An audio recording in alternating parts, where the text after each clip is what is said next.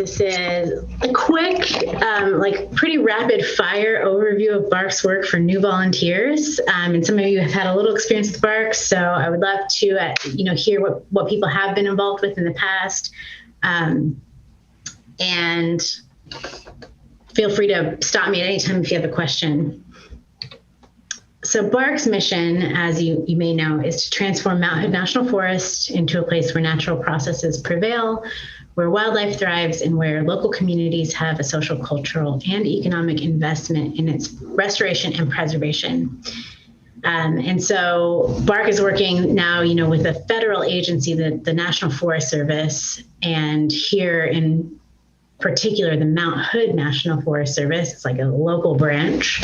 And these are quote unquote public lands. I'll talk more about why I put quotes around that. You can find information about our programs on Facebook and on Instagram with our handle there at BARC for Mount Hood. And now this is our land acknowledgement, part of our land acknowledgement practice. We're really trying to dive deeply into the historical context that conservation work or public lands work, environmental protection, all these kinds of things are happening, as we know, on lands that were stolen through European colonization and settlement. And the indigenous people of these lands are still, struggling to have access and have their rightful authority. And so here we are, a conservation organization, kind of navigating systems that are designed to give us non-Native people certain amounts of access that Native folks don't always have equal access to. And in a lot of cases, they have a rightful kind of authority that isn't being recognized. So I'll read this statement here, and I did want to drop it in the chat. Let's see if I can do that without, actually, I won't worry about that. Okay, so as an organization founded by white people in a lineage of settler colonial environmentalism. And if you're not familiar with settler colonialism, then you'll want to write that down and look that up. So BARC understands that conservation work is inside this historical context, and then it is inherently descended from a white supremacist legacy that this country was founded on. And that took place in a lot of different forms, from theft of land to cultural erasure, cultural genocide and genocide of living people, and then ongoing systemic use of law to suppress Native rights and Native authority over the land. So as an organization, we realize that the lands we're dedicated to protecting are actually stolen lands. And there's a real paradox there to call lands public when they're stolen, and then to see that we have a really robust conservation and public lands movement, particularly in the Western United States. And that paradox and this conflict of history really is generally swept under the rug by most mainstream or traditional conservation groups. The conversation is definitely coming out more and more over the last few years, since Standing Rock in particular. But it's something that takes a lot of reckoning and can be really challenging to understand how to both be like a proactive advocate for protecting land and acknowledging this disparate authority and disparate privilege and access that non-Native people have. Also, since we're working with the federal government and as an organization, we're engaging with the Forest Service, in a lot of ways, we're kind of acknowledging, we're kind of recognizing the federal government's authority just inherently in the work that we do. That authority came from these deeply violent historical and present time actions of the government. And so, we're in some ways complacent with this idea of federal authority on stolen lands. And as we all know, none of this stuff has been accounted for. There's been no reconciliation. There has been no reparation for the harm that Native people have experienced in this country. And at the same time, non-Native people continue to like elevate their presence on these lands, our presence on these lands. And speaking as a non-Native person myself, and advocate for us to have access and for us to have what we want. And that's all really complicated and important to keep in mind when we're deciding how we're going to go about this work. And right now, we're in strategic planning as an organization, and so our staff and our board of directors and our volunteers are really engaged in this conversation to figure out on the very internal side of like what is our cultural operation as an organization, and how do we view these different powers and privileges and disadvantages and oppressions that are happening, and how are we going to transform the way our organization works and the goals that we set and the work that we do to be more in alignment with a justice-oriented approach to land-based environmental work. But the first thing about all of this is just to see that it's real, just to acknowledge that it's true, and to kind of understand and internalize that for ourselves as individuals. With each of us have our own histories, our own story of how we came to be where we are today, and where we are today as non-Native people is in fact part of the current displacement of Indigenous people. And we need to think of all of that stuff. And so having said that, and like big picture what Bark's thinking about, we are implementing a practice at the beginning of all of our workshops, our public workshops, where we're asking our participants to kind of meditate on this and also set up some next steps for yourself. I don't know what your experience with this information is, or what it means to you, or what questions you have. Those are all things that each one of us has to kind of map out for ourselves. So we're asking our community to practice in action humility, respect, acknowledgement, and apology with us by personally dedicating your time, energy, action, and resources to support the people who rightfully belong to this land.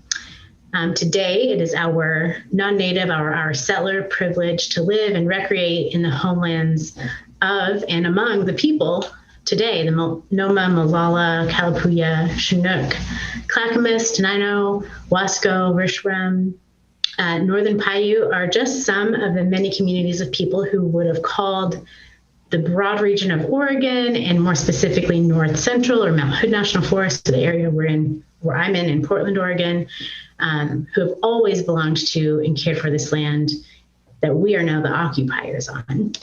And so there's really a lot to do to repair the relationships in real time with the people living around us and with the land that we are working to protect, to kind of correct these disparate worldviews that empower some and dispossess others.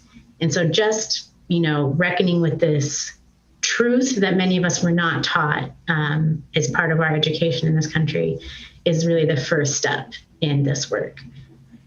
And like I said, it's really, I think, a lot about each individual person figuring out how they're, what you're going to bring, what your intentions will be, what actions you think you need to start with. If it's doing research, that's great. If it's reaching out to someone you know and trying to start a conversation, that's great too. So if you've been to a Bark event before, you might have already been asked to do this. You should have a notebook or something handy where you can just take a minute and reflect on this little kind of mini TED Talk that I've given and this context and your place in it. And then write down some things that you can work on, that you want to work on, that you can hold yourself accountable to doing in the coming days, weeks, years. And we revisit that at every Bark event. And so you can kind of track what was I thinking of the last event, and did I follow up on that? So if you hopefully have a paper and pencil handy or something, or you can just write a note on your phone to yourself, and I'm gonna shut up for a full 90 seconds and give everyone that time to do that reflection and writing out a little action plan for yourself. So go ahead and wrap up your thoughts there. And again, this is something that we've created at BARC. It's in the context of being a public lands and environmental conservation organization, but there's a lot of different ways that each of us is existing in this cultural context. And so where you live, where you're from, all these things, it's not just about your environmental work, it's about the entirety of our modern lifestyle in this time. So I hope you will keep this alive in all the different parts of your life and engage the people around you in these conversations as well. If there are any Native folks here tonight who would also like to speak to this, I would, respectfully invite you to take a few moments right now and, speak freely. I will add something. Just I really appreciate that you all are doing this. I've seen so many land acknowledgements that are just seemingly like breezing by a really quick, like, we're on this land and then that's it. And so I really appreciate that y'all are asking for some action for people to take to really reflect on what we, can do moving forward. So it's not just a, quick, acknowledgement that doesn't have any meaning to it. So thank you. Okay, so now I'll jump into volunteer-specific stuff. So BARC is a watchdog organization. A watchdog organization is, working in the public interest to kind of monitor or scrutinize the activities of an agency or of some company and make sure that they're not acting illegally or responsibly. And then another kind of synonym is a watchdog, like an actual pet animal dog that has been specially trained to protect your home or some property or some place. And so we're kind of doing a lot of both of these things as an organization. The Forest Service is the agency that we are watchdogging, and then we use the language of place-based, which is in the context I just described, something that's actually pretty complicated of a way to describe our organization. But around Mount Hood National Forest specifically, it's not every forest in Oregon, it's not every forest of this type of ecosystem, it's geographically this one forest. And so that is a little bit unique. There are other organizations that do similar work in the public interest. You may have heard of other watchdog organizations and other organizations that may be called, Friends of the Someplace. We're kind of doing a little bit of both. And so you'll see us jumping around between advocacy, like field work and engaging with the agency in kind of a bossy way, I'll say. Let's see. So Oregon and all of the, where did my notes go? All of the lands of Oregon, where we are here in Portland and elsewhere around the country, are actually Indigenous homelands. And this map is in no way like complete or like super accurate. These lines, drawing lines on a map like this is a very European and colonial way of seeing the world. And so it's not so much about exactly where the territories are as it is about recognizing that all the places that we are occupying are important to other communities. And, Indigenous ways of life would not necessarily mean you would stay in one particular place, but you might have many homes for different purposes and to engage with different communities all around a larger region. And in fact, where I am in Portland, and maybe most of you are too, there's evidence that people from all across the entire continent had contact with people who were here. You know, there's stories, there's the actual just verbal recognition of that history, and then there's a little more concrete evidence of like artifacts and things. And so while we can see that there's a lot going on here, it's just important to really acknowledge that, again, with the land acknowledgement, that not everything is as cut and dried as the Western settler way of describing it would have you believe. And so on top of this is this. And, you know, this is more familiar to us. We have Mount Hood National Forest here. It's a little over 1 million acres. Right here in the area where the so-called Willamette and the so-called Columbia rivers converge. Does anyone happen to know any indigenous names for the Willamette or Columbia? There's many, you know, all of the communities in those in the slide before. There are many different language groups. There's not just one name. I know that the Columbia, and I won't try to pronounce it because I haven't actually been taught the word, but the translation means the big river. And it was known that way because for, you know, anybody in this region, like all the rivers lead to this region. And so that Columbia in and of itself, you can see that like is a colonial imposition over the way that Native people understood the land to be, and the way that they do today as well, but we just haven't learned that context from them in the dominant culture.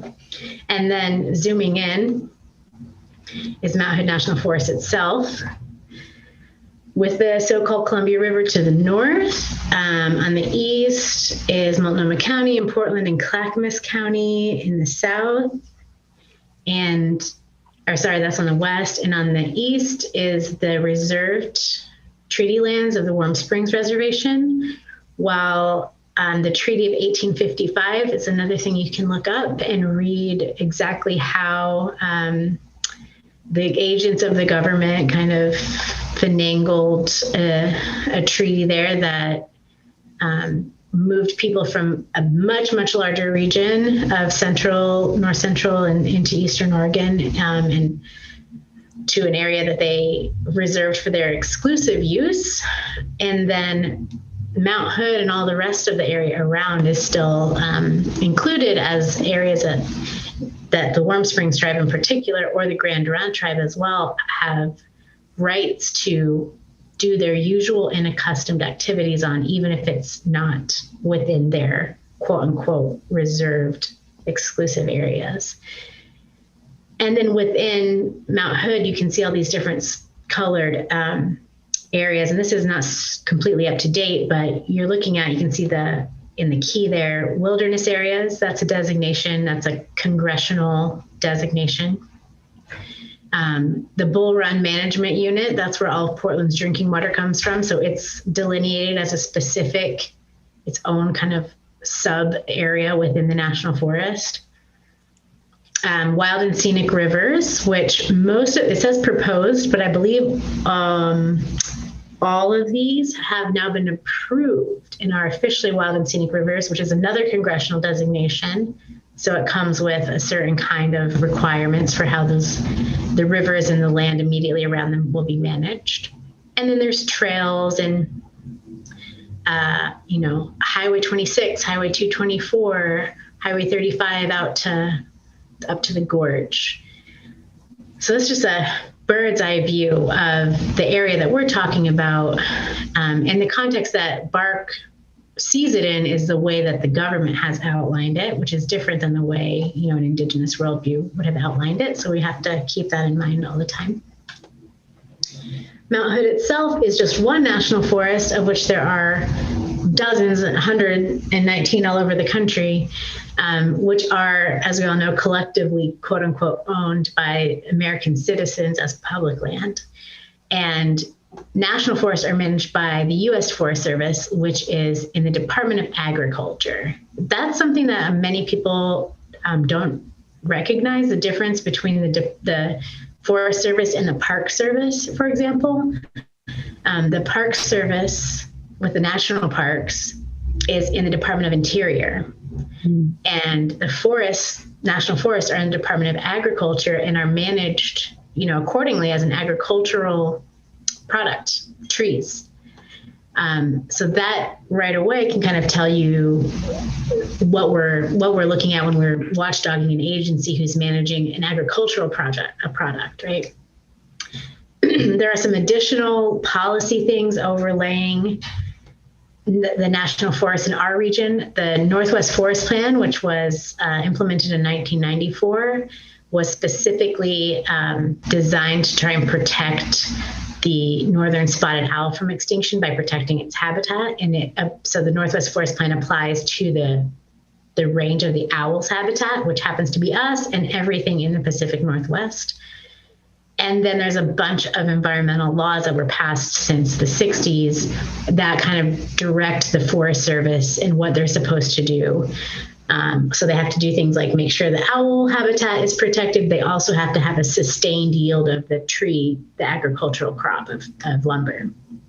The National Environmental Policy Act is the one that Bark will teach you the most about in your time here. It's the act that gives the public access to the decisions that the Forest Service is making and gives the public, mechanisms for commenting on those projects or introducing new information or challenging the decisions. The Trump administration worked really hard to kind of gut the NEPA, the National Environmental Policy Act, and a lot of those things are now in litigation or trying to keep any of the weakening from becoming law. And so, we have a new administration and all those lawsuits are likely to succeed. So we'll continue to have access to public decision-making. But just to say, a lot of this stuff is built on laws that can always be repealed. And the worldview that we're working with here is that, if it's legal, it's good, but we all know that many legal things are not good. And so we need to just keep in mind that the law, as strong as it is of a tool, it's not necessarily always going to be there in the way that we expect it to be, and it can be weakened. And we really do need to have a cultural foundation that is the real reason that we make determinations about what we do with land in the event that the legal system, goes away or fails to uphold the values that people need. Okay, so that was kind of some policy and some maps and stuff. Are there any questions so far? All right. So things that Bark has for you. So a lot of our program is really designed around experiences.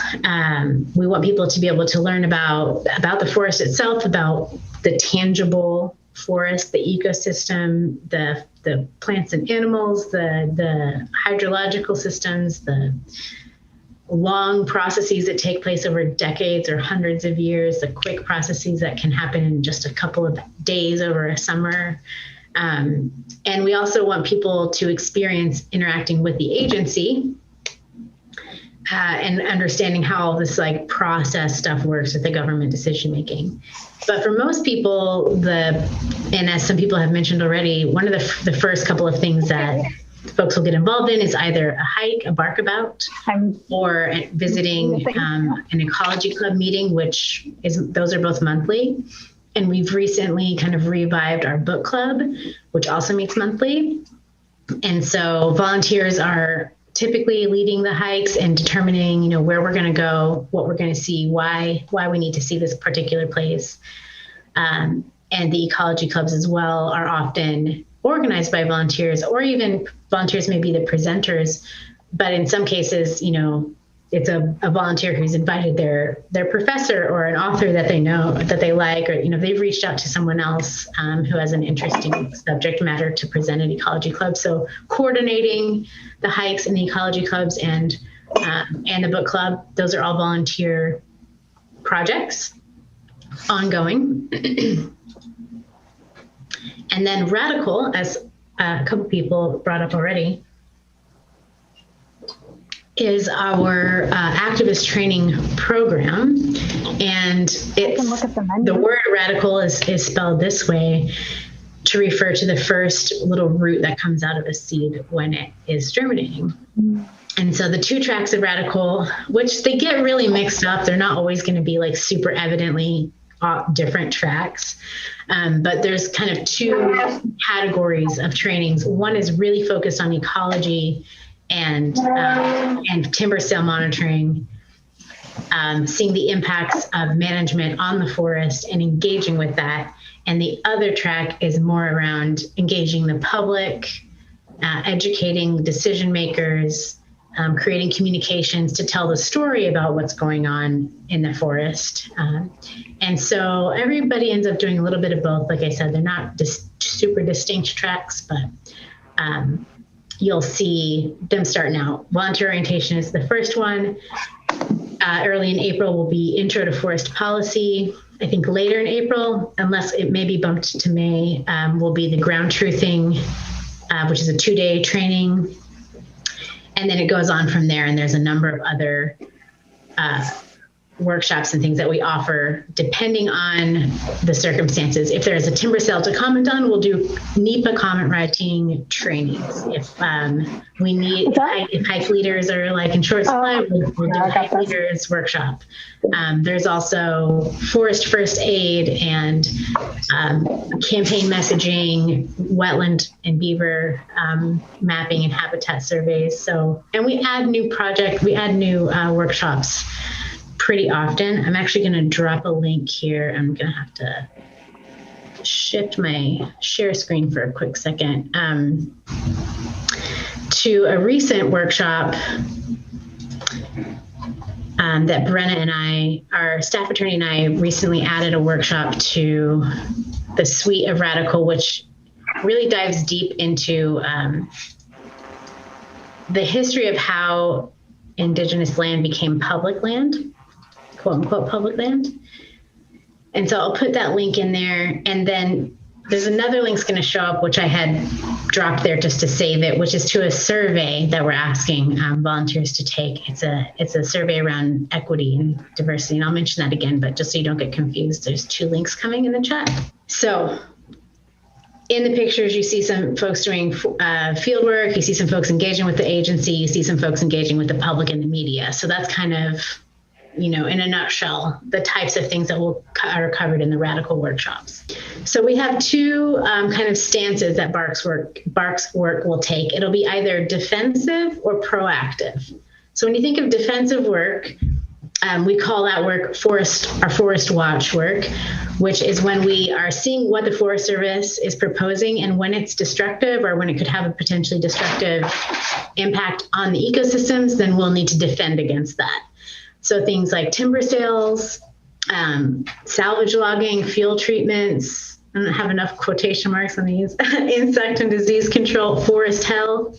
And do folks have a sense of why I might have put little quotes around those, like quote unquote forest health? If you've been opening our emails, you probably know what that's about.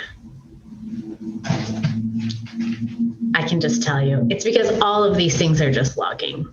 Insect and disease control is logging. Forest health projects are logging. Salvage logging is logging. Timber sales are logging. So again, the Forest Service, as a part of the Department of Agriculture, its main prerogative is to supply timber. And now we have all of these kind of reasons to get timber and to maintain the health of the crop, which is different than the health of the whole ecosystem. For example, not the larch, the yew tree. It's a very cool tree. It's super rare in Mount Hood National Forest. It's a native tree, But for decades, the Forest Service considered it trash because it's not good for timber, it's not good for lumber.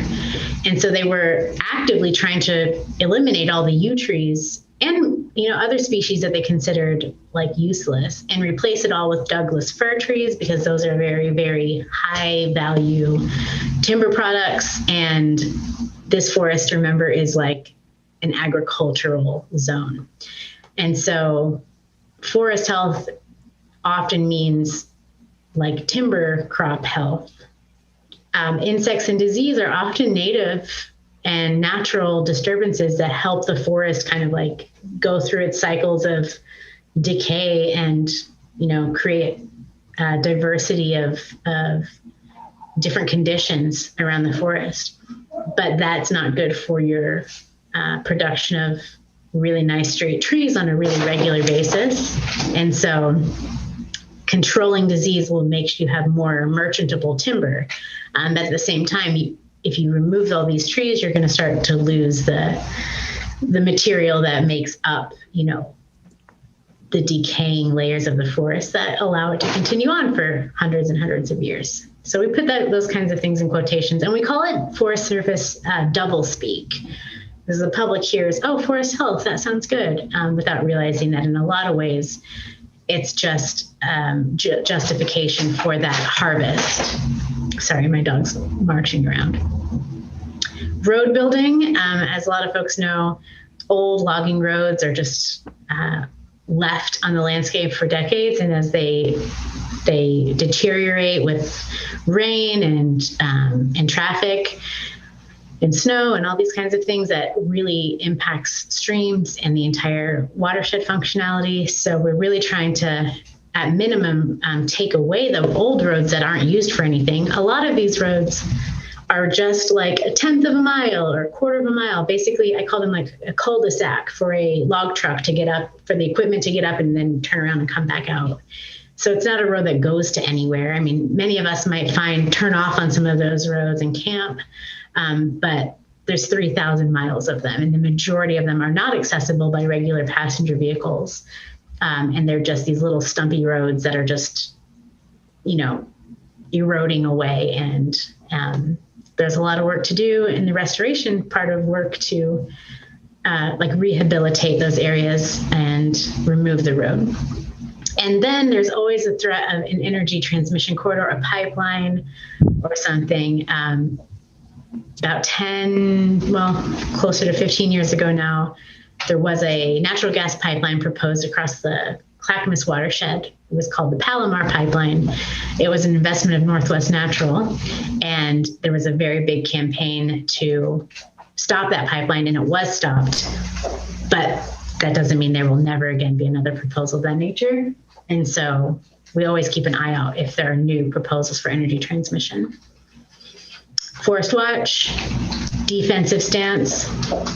Proactive stance is a campaign right now that we are calling Fremonthood, which is looking at the underlying management plan that the Forest Service is using in their day-to-day decisions, recognizing that that thing was written in the 80s, and everything's different now. Like, we have an administration that's going to put us back into the Paris Climate Accords. We have, all kinds of science coming out about the impacts of climate change and the relevance of forest ecosystems to climate resilience, but none of that stuff was incorporated into the plan that was written over 30 years ago.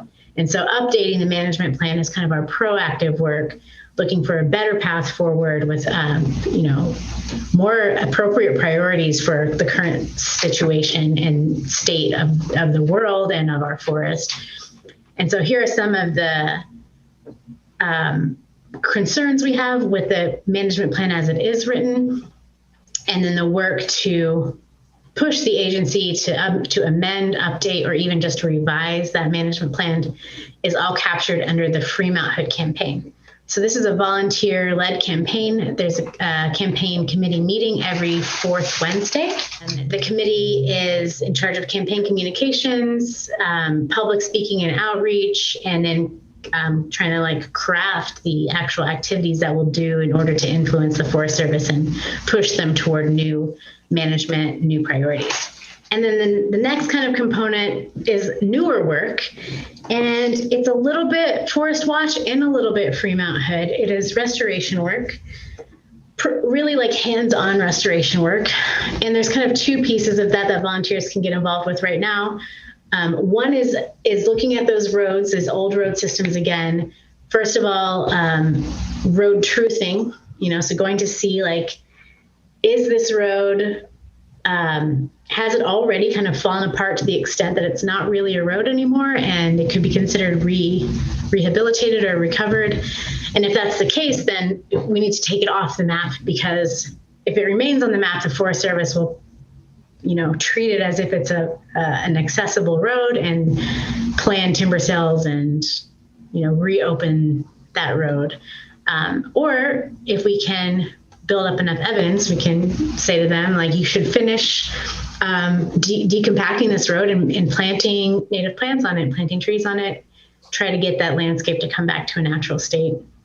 So yeah, road decommissioning and road rehabilitation, something we have to push the agency to do, and sometimes we can find some like partnerships from other organizations or the counties to help give them the resources to do that kind of thing. And then the volunteers will be involved with doing the tree plantings and things like that. Once they've said, yes, we're gonna decommission that road and restore it.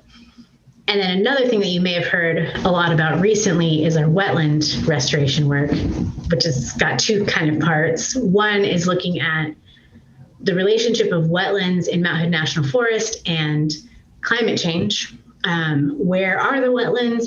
What is the capacity of these wetlands, and how is the health of the wetlands going to be impacted by climate change? And how is that going to impact communities downstream?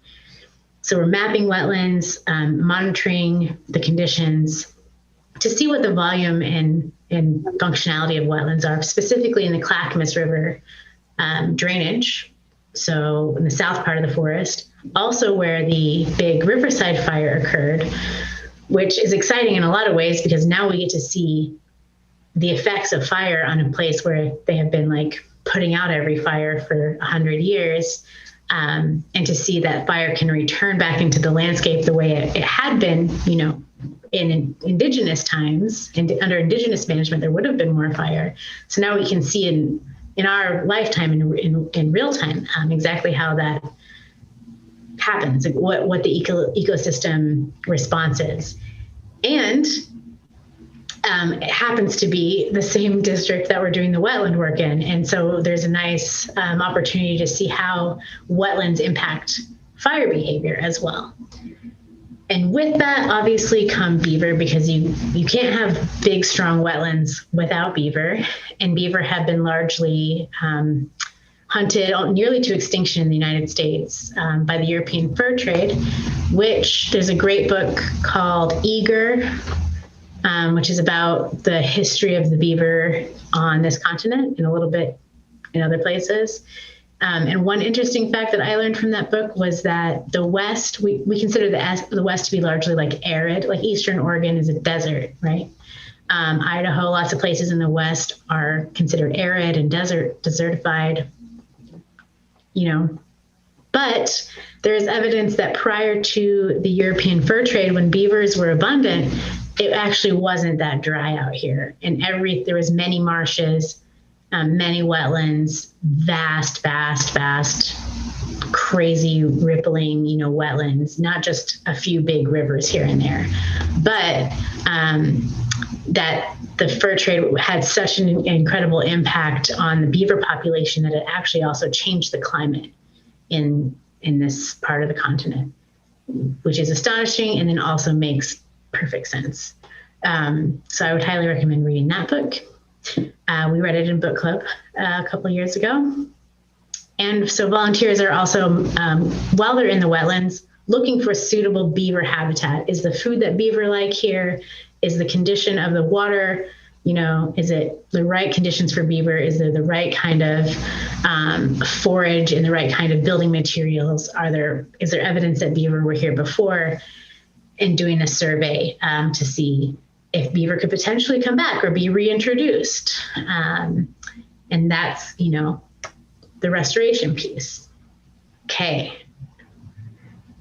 That's like the overview. The other couple of things that I would say volunteers can plug into are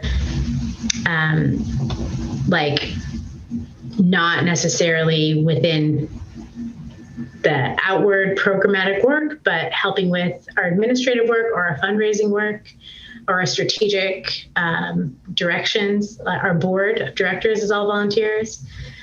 We have, some volunteers who will support our web development and design and maintenance. Some volunteers will support different fundraising campaigns throughout the year if they have those experiences, grant writing, stuff like that. Pretty much any skill that you have, whether it's like you speak some languages or you are an artist or you have finance experience, we can definitely use all kinds of support as a small, like scrappy organization. So whatever it is that you're interested in helping with, or some skills that you might have, you might not realize that could be useful to us. We can talk about all of that.